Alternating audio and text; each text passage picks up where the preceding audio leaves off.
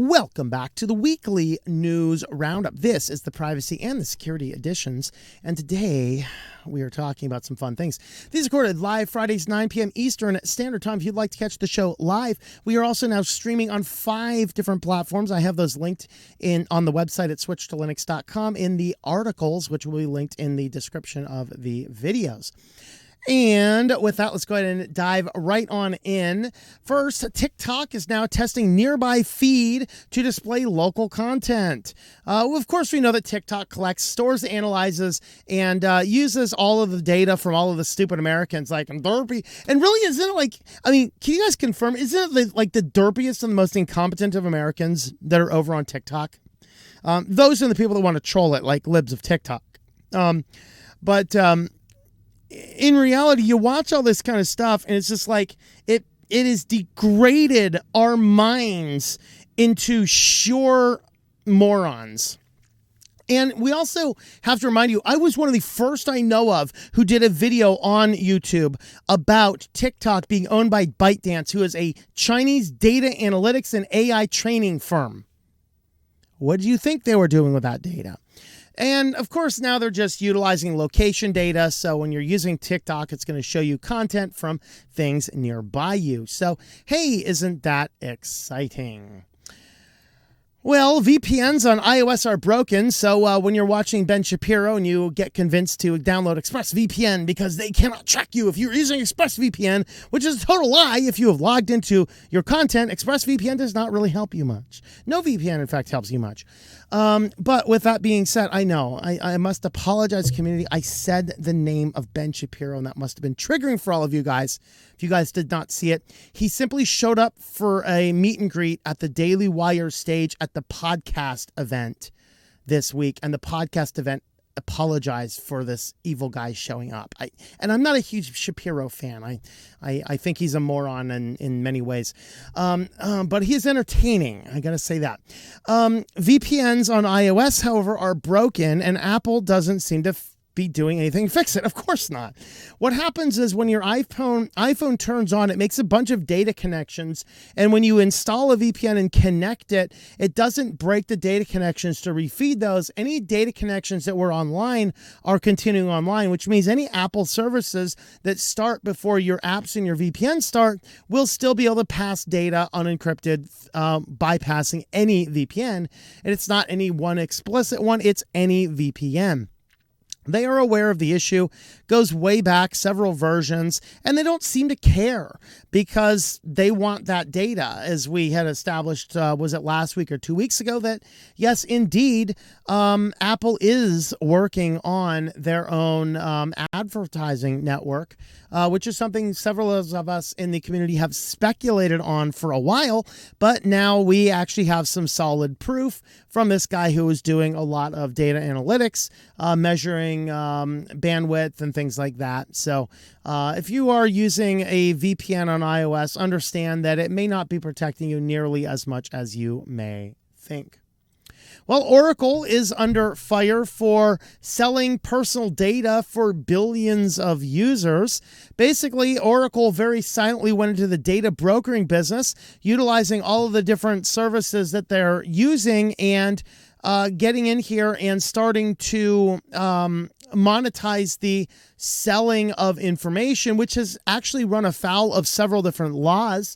They've been sued by a few different things. Lawsuit claims this violates the Federal Electronic Communications Privacy Act, the Constitution of the State of California, the California Invasion of Privacy Act, competition law, and the common law.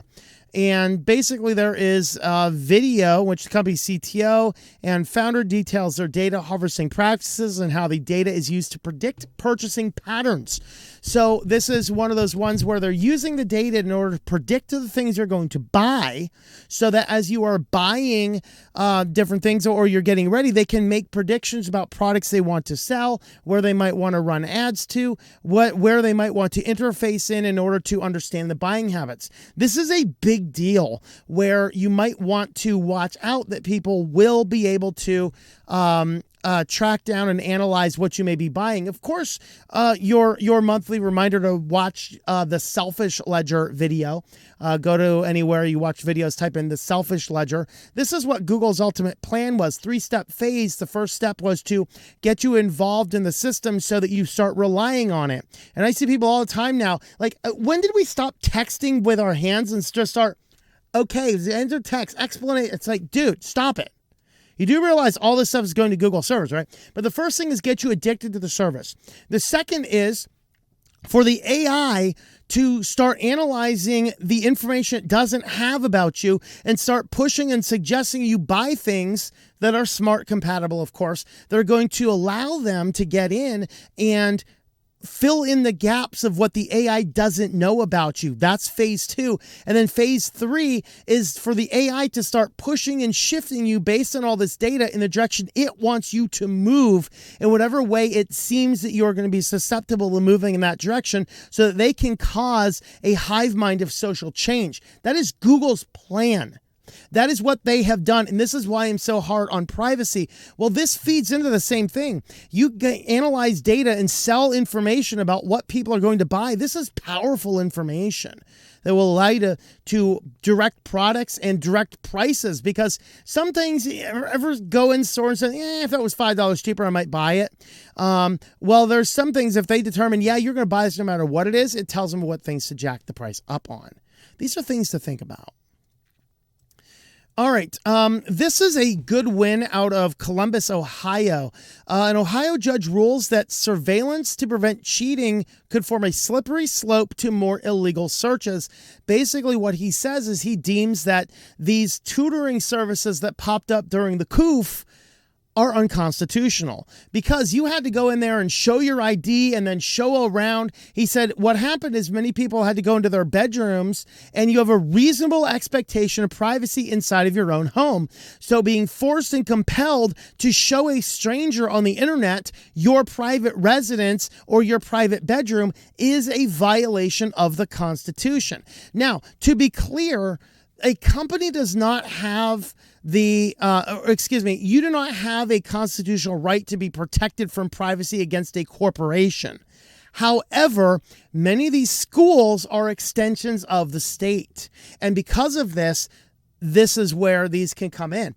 And so what happens is the judge says, we don't have enough information about the legality of this. We haven't had enough testing about whether they actually work. And the Ohio judge said, no, you cannot compel a student to use a tutoring service that's going to force them to show their room, show their house, show their surroundings. And guys, whatever happened at the time of saying, okay, well, you need to do things remotely. Whatever happened at the time when, in my day, if you couldn't be at the school for a test, you could actually have a proctor, like your pastor of your church could go be a proctor, because, we assumed that a pastor, even the crazier ones, were probably at least upstanding moral enough to be able to proctor an exam for you. So you could go to a community center, you could go to a church, you could go to a synagogue, you could go a variety of different places and have a proctor take the exam.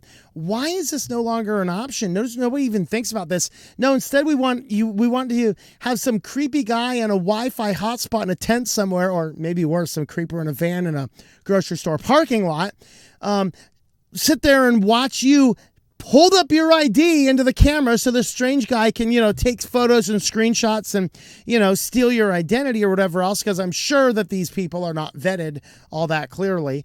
And judge says, enough of this nonsense.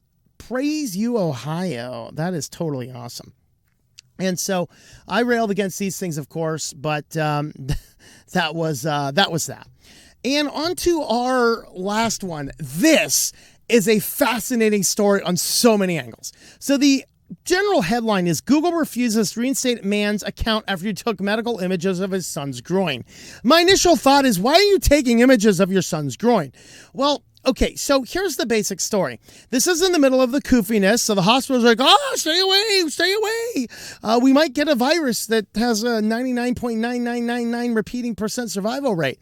And so with this, during this telemedicine, he schedules a time because I think it was an infant son or a toddler son, I think it was a toddler, had an inflammation around his boy parts. And so he's scheduling a time with the doctor, but the nurse said, would you please take some photos and send it into the medical portal prior so the doctor can examine the photos beforehand.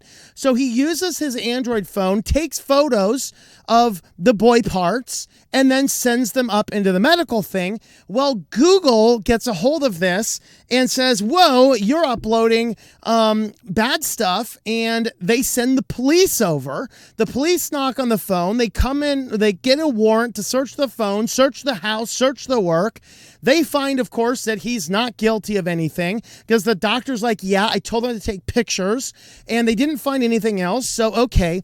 But now this guy's not getting his Google account back. Now, that's the overall premise. First thing, remember when Apple's saying, hey, we're gonna do some CSAM scanning, but the CSAM scanning, it's not looking at the picture and what's the content of the picture. It's looking for hashes of known CP. All right, so that is really what is going on here. That is what Apple said, and that's what everybody said. This is no. This appeared to be either somebody at Google saw the actual photo or they have some form of AI that determined this photo appears to be an underage person's erectile parts. Okay? So basically, what we have here is confirmed information that a man simply takes a picture with his Android phone to upload it to the doctor as the doctor requested, and Google knows that this is a photo of the man's child's parts. This is clearly not a CP image, clearly not in some FBI database that has a hash, clearly not the CSAM scanning. Something else is going on, and nobody has asked this question yet that I have read. So did either somebody at Google see the photo? Did an AI flag somebody look at the photo? So did somebody else get a chance to look at this man's toddler's groin? What is going on here? And nobody's raising this question. Everybody's all caught up over, oh, wow, Google reported this. How did Google report it? The CSAM scanning alone, which is not looking at the images, only looking at the hash of an image, caused enough controversy. Why is this a thing? So next thing, of course, don't store anything like this. You shouldn't be why are you taking pictures of your children's groin anyway with a phone? I mean, that's asking for danger. All sorts of apps can have access to all that kind of stuff. If you need to do that, use a good old-fashioned digital camera, take the photo and upload it with a Linux computer, preferably on up to the medical portal. Don't be doing it on your phone. Because who knows what else and who else now has pictures? Is pictures of that guy's kid's groin going to start circulating on the internet because some pervert at Google saw it because you did nothing more than snap a photo? This is crazy. So, of course, it turns out good except for this guy. Now, here's the other fun thing about this. Google suspends the account. His account was all tied to this, so he lost all his emails, all his contacts, everything else that we cross-sync to it. So this is another reminder. If Google decides to ban your account for talking about a media player available on the store, for example, you lose it all. That's insane. This is highly disturbing on multiple different levels. Highly disturbing on multiple different levels. And read this article and flip through it if you can. It is disturbingly strange. And think about, how did Google detect this again? Because this is something that we've never seen before. All right. Well, if you'd like to help support the channel, we do have affiliates. Today we are highlighting A2 hosting. I've used this for a long time for clients. My business has grown too big, so I'm actually using Linode right now, but this is still an excellent plan. If you need self-hosted email, if you need basic website services and things like that, tlm.li/A2H is the affiliate link. You can jump on over here for $2.99 a month. And the more you buy up front, the cheaper it becomes. With that, guys, let's head on over to security news. First up in security news, criminals are socially engineering their way into bank details with fake arrest warrants. This was a neat one to look at. So basically what's going on here is the guys here are getting... They're identifying a person based on the phone and then issuing a fake arrest warrant and getting them all riled up on the phone or other phone-related connections. So the guy says there's an arrest warrant because her ATM card was linked to money laundering and fraud activities to dismay the person. He passed the call up to the high-ranking officer who instructed them to move to a quieter place to ensure privacy to isolate him. The high-ranking officer then sent a copy of the purported arrest warrant containing legitimate details via WhatsApp. Yeah, when the arrest warrant is being issued to you over WhatsApp, you know it's kind of fake. Yeah. He also told her to download and install an APK file for the messaging app. And once you install that APK file, that is an APK file is a side-loadable Android app. They've successfully installed malware on your system, and then you use your PIN number. They have now collected it, and that's how they're doing it. Basically, it's just a bully scare tactic with a fake arrest warrant to get you to give up your banking details. So that is what they're doing there. So if somebody purports to be calling you on the phone, nobody calls you on the phone with an arrest warrant. Come on, ask Trump. They either kick down your door or they send you something in the mail. That's how it's going to happen. Nobody's going to randomly call you on the phone. If they do, be like, ha, ha, ha, ha, and hang up on them.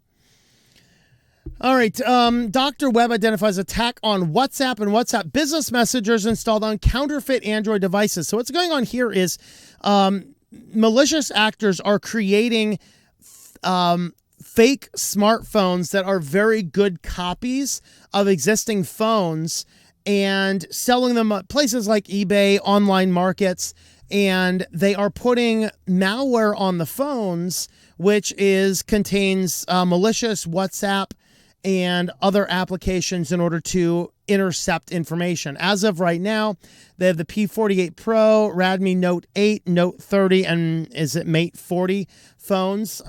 So if you buy one of these from a used source, really vet it to make sure it is a legitimate phone, or I guess right now just don't use WhatsApp because that seems to be what they're targeting. So they're basically doing this by modifying the system files on the install. They're doing a few other things to add some malicious backdoors. So just be very careful about buying any phones that are on the open market. And I buy used phones all the time, so I'm not all that worried about this. There are IMEI checkers, so go ahead and check the IMEI numbers, make sure they're legit phones. They tie back to the absolute legit phone device, and those are the things you can do to protect yourself. All right, so from Tech Republic, how business email compromise attack exploited Microsoft's multi-factor authentication. Of course, multi-factor is trying to be pushed on everybody, and so if it's improperly configured, people can get around it simply by using authoritative email addresses, which they can get in by doing, they call this one a adversary in the middle, which is, I guess, slightly different from a man in the middle. But the adversary in the middle attack sets up a proxy server between the victim and the website, allowing them to capture and target passwords and browser session cookies. The way they're getting around the 2FA is that session cookie. So, of course, I use YubiKeys for my 2FA. And so when I use the YubiKey, set up the 2FA factor code, and then get in there and I set it to not ask again on the device, that information is being stored in the browser cookie. And if that gets compromised, then they can steal that cookie and then get in to the device bypassing 2FA. This is what was used to get into the Yahoo account breaches, Facebook social media account breaches were all done by stealing the cookies. And this is a good reason to get rid of cookies. The question is, what do you do otherwise? Otherwise, you have to authenticate every single time you log in, and that can be an annoying barrier for some people. But this is getting around it by putting a proxy server in between authoritative email addresses. This one's Microsoft, but there was also another article utilizing the same method for Gmail addresses as well this week. I only highlighted the one of them because they were basically the same thing, just one was Microsoft and one was Google. If anybody is using Plex out there, reset your password now. They suffered a big data breach, and the information collected was account passwords, email addresses, and usernames and things like this. This is why I would prefer Jellyfin over Plex, and I do have a tutorial on how to set up Jellyfin. The reason is you can do everything with Jellyfin that you can with Plex. The problem with Plex is it's kind of like the same thing with Bitwarden. You can set up a self-hosted Plex, but you still have to register your server with Plex. Well, you can set up a self-hosted Bitwarden, but you still have to register your server with Bitwarden, which means there is a centralized amount of data in here. This is why I don't use these services. It's that centralized database. If you want to say, hey, let people use the platform, cool. Don't force me to connect everything to you, because suppose I'm using a self-hosted Plex and I've still had to ping it into your server. Now my information is breached over a completely unnecessary thing. And so if you're using Plexo, reset your password. And our final story, of course, I always warn people about using online password managers. If you do have to use an online one, Bitwarden is the best, but I still would recommend you use an offline password manager and simply have a backup strategy to deploy changes to the password files on a regular basis. It's really, how often do your passwords change? They don't. They don't change a ton. If they are, you have some other problems. But there's no reason to sync everything to a cloud. You should sync everything to an offline service and then deploy that master password file to the different devices you need it on. I can do it with over 10 different devices. I'm sure you can manage to do it with like 3. So that's why I use KeePass. But LastPass is definitely not one I'd use. It's a proprietary, big commercial, big data. All of your passwords are in their centralized database, and they suffered a data breach. Now, according to them, they say they can't ever access the data. Their system does not ever allow that to occur. And they say that password information wasn't leaked, just some information was. I don't trust any of that. Remember, was it last week, 2 weeks ago, we talked about the highly secure messaging app that everything is end-to-end encrypted and everything was stored plain text on a database without a password. I wouldn't trust any of these. And their code is proprietary, so you don't know if they're really encrypting it or they're not. They could be telling you that and, secretly collecting and harvesting and storing all the data down the road. So, yeah, whatever that is worth, I would avoid LastPass. If you're over there, get off of that. Go to KeePass XC. Way better, way superior platform. Well, if you'd like to help support the channel, we do have a Subscribestar page, subscribestar.com/SwitchedToLinux. This is going to give you access to the supporter streams and a few other things that we have going on as well. With that, thanks for watching, and we will see you next time. Thank you for watching this video from Switched2Linux. This channel would not be possible without the backing of the program supporters scrolling on the screen now. You can be a supporter at Patreon at patreon.com/TOMM or at thinklifemedia.com. I also want to thank the open source community who creates such excellent software that makes producing this show possible. Please remember to support your software communities. Thank you, and I hope that you enjoy switching to Linux.